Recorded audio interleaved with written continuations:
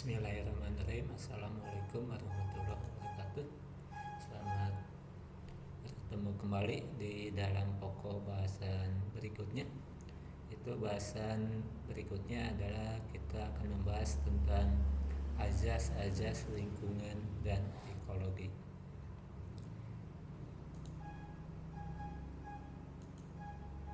Di mana inti permasalahan daripada lingkungan hidup hakikatnya adalah ekologi, yaitu hubungan makhluk hidup, khususnya manusia dengan lingkungannya, di mana komponen-komponen itu berada pada suatu tempat dan berinteraksi membentuk suatu kesatuan yang teratur.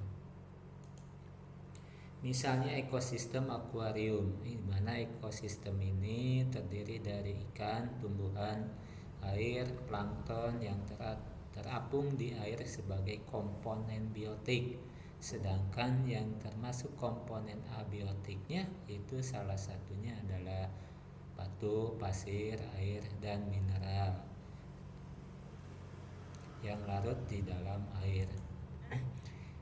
Nah, kita kembali ke ilmu lingkungan itu sendiri, bahwa ilmu lingkungan adalah ekologi yang menerapkan berbagai asas dan konsepnya kepada masalah yang lebih luas yang menyangkut pula hubungan manusia dengan lingkungannya. Istilah ilmu lingkungan yang lain itu diantaranya ekologi terapan, di mana ilmu lingkungan ini mengintegrasikan berbagai ilmu yang mempelajari hubungan timbal balik antara jasad hidup dengan lingkungannya. Istilah ilmu lingkungan yang lain juga itu adalah ilmu yang mempelajari tentang lingkungan hidup, atau bisa juga ilmu lingkungan adalah suatu studi yang sistematis mengenai lingkungan hidup dan kedudukan manusia yang pantas di dalamnya. Perbedaan yang mendasar antara ilmu lingkungan dengan ekologi terletak adanya misi, di mana misi ini untuk mencari pengetahuan yang arif, tepat atau valid, baru dan menyeluruh tentang alam sekitar dan dampak perlakuan manusia terhadap alam, di mana misi itu sendiri adalah untuk menimbulkan kesadaran, penghargaan, dan tanggung jawab dan keberpihakan terhadap manusia dan lingkungan secara utuh.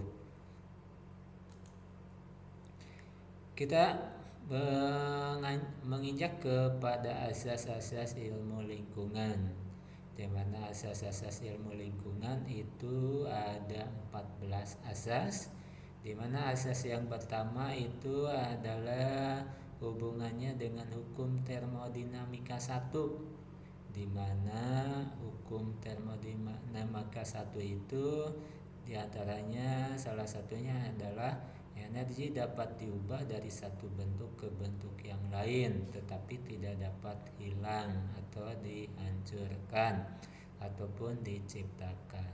Jadi semua energi yang memasuki sebuah organisme hidup, populasi atau ekosistem dapat dianggap sebagai sebuah energi yang tersimpan, di mana ajas ini adalah sebenarnya serupa dengan hukum termodinamika yang tadi saya sebutkan itu.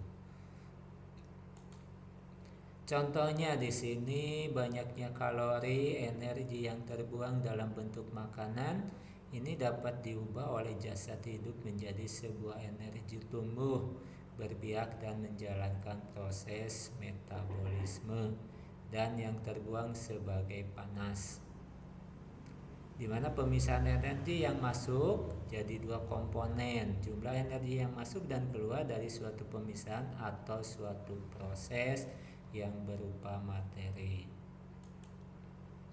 Lalu azas yang kedua ini tak ada sistem pengubahan energi yang betul-betul efisien. Artinya asas ini tak lain adalah hukum termodinamika 2, di mana energi yang tak pernah hilang dari alam raya ini, tetapi energi tersebut akan terus diubah dalam bentuk yang kurang bermanfaat. Asas ini sama seperti hukum termodinamika yang kedua. Kita lanjutkan. Asas yang ketiga, di mana asas yang ketiga ini adalah materi, energi, ruang, waktu, dan keanekaragaman termasuk kategori sumber daya alam, di mana pengubahan energi oleh sistem biologi harus berlangsung pada kecepatan yang sebanding dengan adanya materi dan energi di lingkungannya. Asas yang berikutnya, asas yang keempat, untuk semua kategori sumber daya alam, kalau pengadaannya sudah mencapai optimum, maka pengaruh unit kenaikannya sering menurun dengan penambahan sumber daya alam itu sampai ke suatu tingkat maksimum. Melampaui batas maksimum ini tak akan ada pengaruh yang menguntungkan lagi. Ini untuk asas yang keempat.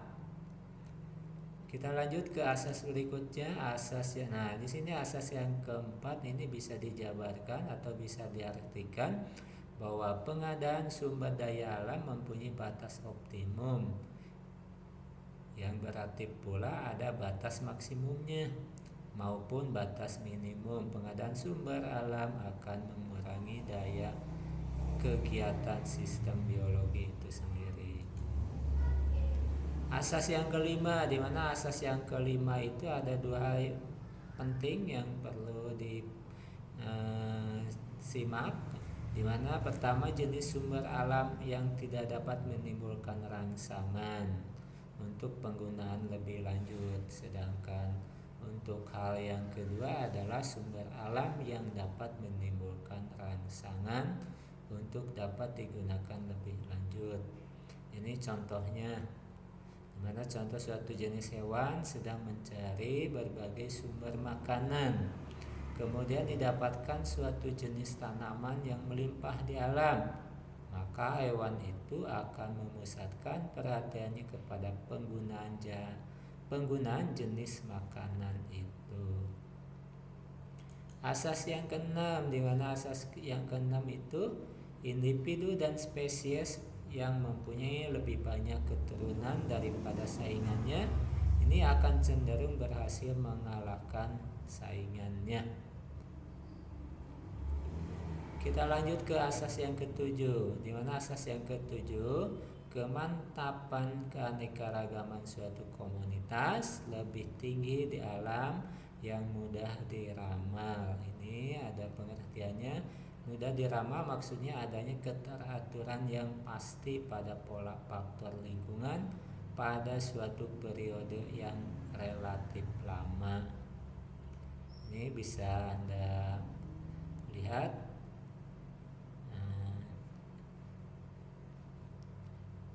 Yang lainnya, kita lanjut ke asas yang ke-8, di mana asas yang ke-8, sebuah habitat dapat jenuh atau tidak oleh keanekaragaman takson tergantung kepada bagaimana nice dalam lingkungan hidup itu dapat memisahkan takson itu.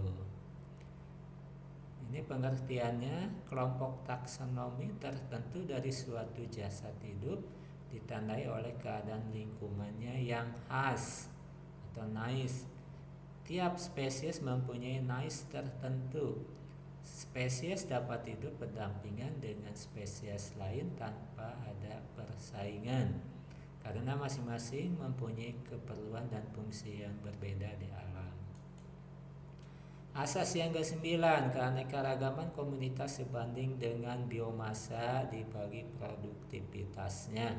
Ini bisa dijabarkan dalam sebuah matematika sederhana, di mana T sama dengan K kali dalam kurung B per P, di mana D itu ekivalen dengan T. T waktu rata-rata, K koefisien tetapan, B biomasa, P produktivitas, dan D itu adalah keanekaragaman. Kita lanjutkan. Ini ada pengertiannya. di mana pengertian daripada asas yang ke-9 yang tadi ini adalah keanekaragaman komunitas sebanding dengan biomasa produktivitasnya. Ini mengandung arti bahwa efisien penggunaan aliran energi dalam sistem biologi akan meningkat dengan meningkatnya kompleksitas organisasi sistem biologi dalam suatu komunitas. Asas yang ke-10, di mana asas yang ke-10, pada lingkungan yang stabil perbandingan antara biomasa dengan produktivitas atau B per P dalam perjalanan waktu naik mencapai sebuah asimtot. Kita lanjut ke asas yang ke-11. Asas yang ke-11, sistem yang sudah mantap atau dewasa akan mengeksploitasi yang belum mantap atau belum dewasa. Ini bisa diartikan bahwa ekosistem, populasi atau tingkat makanan yang sudah dewasa memindahkan energi atau biomasa dan keanekaragaman dari tingkat organisasi yang belum dewasa. Dengan kata lain, energi, materi, dan keanekaragaman mengalir melalui suatu kisaran yang menuju ke arah organisasi yang lebih kompleks. Kita lanjut. Ini arti daripada asas yang ke-11. Kita lanjut ke asas yang ke-12. Di mana asas yang ke-12 itu kesempurnaan adaptasi suatu sifat atau tabiat tergantung pada kepentingan relatifnya dalam keadaan suatu lingkungan. Kita lanjut ke asas yang ke-13. Asas yang ke-13, lingkungan yang secara fisik mantap memungkinkan terjadinya penimbunan keanekaragaman biologi dalam ekosistem yang mantap, yang kemudian dapat menggalakkan kemantapan populasi lebih jauh lagi. Ini salah satu penjabaran dari asas 7, 9, dan 12. Asas yang terakhir, di mana asas yang ke-14, derajat pola keteraturan naik turunnya populasi tergantung pada jumlah keturunan dalam sejarah populasi sebelumnya yang nanti akan mempengaruhi populasi itu. Di mana asas ini merupakan kebalikan dari asas yang ke-13. Tidak adanya keanekaragaman yang tinggi pada rantai makanan dalam ekosistem yang belum mantap yang dapat menimbulkan derajat ketidakstabilan populasi yang cukup tinggi. Di mana di sini ada ciri-ciri lingkungan atau komunitas yang mantap. Yang pertama, jumlah jalur energi yang masuk melalui ekosistem meningkat. Lingkungan fisik yang mantap, dalam kurung mudah diramal, sistem kontrol umpan balik atau feedback, komunitas sangat kompleks, efisiensi penggunaan energi, dan tingkat keanekaragaman yang tinggi. Itulah pembahasan daripada asas-asas daripada ilmu lingkungan dan ekologi. Mudah-mudahan bisa dipahami. Kalau belum, diputar lagi, dilihat lagi, dan seterusnya. Terima kasih. Billahi taufiq wal hidayah. Wassalamualaikum warahmatullahi wabarakatuh.